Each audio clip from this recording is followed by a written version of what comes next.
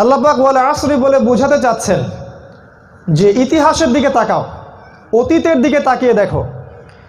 পৃথিবীর শুরু থেকে নিয়ে কিয়ামত পর্যন্ত যারাই যুগে যুগে আল্লাহ এবং তার রাসূলের সাথে গাদ্দারি করেছে, আল্লাহ এবং তার রাসূলের বিধানকে অমান্য করেছে, অগ্রাহ্য করেছে, মুখ ফিরে নিয়েছে এবং ইসলামের বিরোধিতা করেছে, আল্লাহ পাক প্রত্যেককে শিকড় দিয়ে উপড়ে ফেলে দিয়েছে। ভালো করে খেয়াল করে দেখেন, হিস্ট্রি দেখেন। ওই যে নূহের কওম আল্লাহ পাক পানিতে ডুবিয়ে মেরে দিলেন। আজ জাতি অনেক শক্তিশালী ছিল, লম্বা চওড়া, আল্লাহ পাক ঝড় দিয়ে উড়িয়ে দিলেন। সামুদ জাতি ওইরকম লম্বা চওড়া, এক একজন 60 ফিট করে লম্বা, তার চেয়েও বেশি, পাহাড় কেটে বাড়ি নির্মাণ করে। আল্লাহ পাক ওদেরকে একটা শব্দ, বিকট শব্দ দিয়ে ধ্বংস করে দিলেন। কওমে লূত, তারা মনে করতো আমরা অনেক উন্নত সভ্যতা, সমকামী ছিল তারা, ছেলে ছেলের সাথে জেনা করতো, নাউযুবিল্লাহ। আল্লাহ পাক এদেরকে কি করেছেন, জমিনটাকে তুলে আকাশে নিয়ে আবার উল্টা দিক দিয়ে বসিয়ে দিয়েছেন। জর্ডান দেশের ডেড সি, মৃত সাগরে গিয়ে দেখবেন, ইন্টারনেটে গিয়ে, ওখানে ডেড সি আছে, ডেড সি, মৃত সাগর। এই জায়গায় কওমে লূত বসবাস করত। ওই সাগরে কেউ ডোবে না, নামলে আপনি ভেসে থাকবেন। অভিশপ্ত জায়গা এটা একটা। ইতিহাসের দিকে তাকান, আল্লাহ পাক যারাই আল্লাহ পাকের বিরোধিতা করেছে, আল্লাহ পাক কাউকে ছাড় দেননি। ফেরাউন সবচেয়ে বড় শক্তি পৃথিবীর, পরাশক্তি।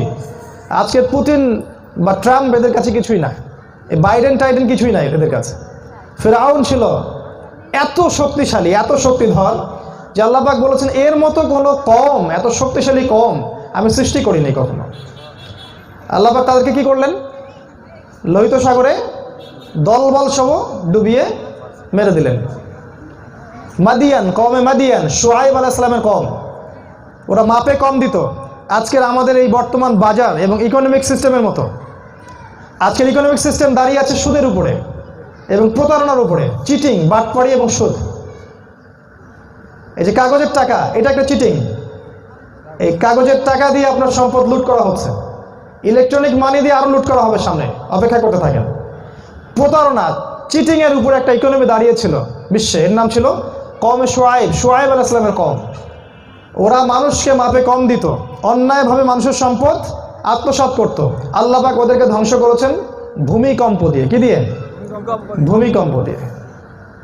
তারপরে দেখেন কওমে ইব্রাহিম, নমরুদ, আল্লাহ কি করলেন, ধ্বংস করেন নাই? মশা দিয়ে। ওয়াল আসরি, সময়ের দিকে তাকিয়ে দেখো, হিস্ট্রির দিকে তাকিয়ে দেখো, যারাই যুগে যুগে আল্লাহ এবং তার রাসূলের বিধানকে অমান্য করেছে, ইসলামের সামনে আত্মসমর্পণ করে নাই, আল্লাহ পাক কাউকে ছাড় দেন নাই। তাই এই যুগের, এখনকার যুগের যারা ফেরাউন আছে, এ যুগের যারা নমরুদ, এ যুগের যারা আবু জেহেল, এদেরকে আমরা সতর্ক করতে চাই, সময় থাকতে লাইনে চলে আসেন, না হলে পালাবার পথ খুঁজে পাবেন না। আল্লাহ পাক শিকড় উপড়ে ফেলে দিবেন ইনশাআল্লাহ তাআলা। কোনো শক্তি নাই আপনাদেরকে ঠেকায়। ওয়াল্লাহি, আল্লাহর কসম করে বলছি, পৃথিবীর কোনো শক্তি নাই যেটা আগামী দিনগুলোতে ইসলামের বিজয়কে ঠেকাতে পারে। আপনারা যারা বোঝার পরেও, কোরআন হাদিসের সত্য জানার বোঝার পরেও প্রকাশ্যে ইসলামের বিরোধিতা করছেন, তাদেরকে এতটুকু বলবো যে আল্লাহ সুবহানাহু ওয়া তাআলার ধরা বড়ই কঠিন। ইন্না বাতশা রাব্বিকা লাশাদীদ, আল্লাহ পাকের ধরা বড়ই কঠিন। ওয়া ইন্নাহু আলা কুল্লি শাইইন কাদির, আল্লাহ পাক প্রত্যেকটা বিষয়ের উপর ক্ষমতাবান। ওয়া ইন্নাল্লাহা আলিমুম বিযাতিস সুদূর, আল্লাহ পাক আপনাদের মনের কথা জানেন। হুয়া হাসবুহ, তিনি যথেষ্ট। নি'মাল মাওলা, তিনি কতই না উত্তম অভিভাবক।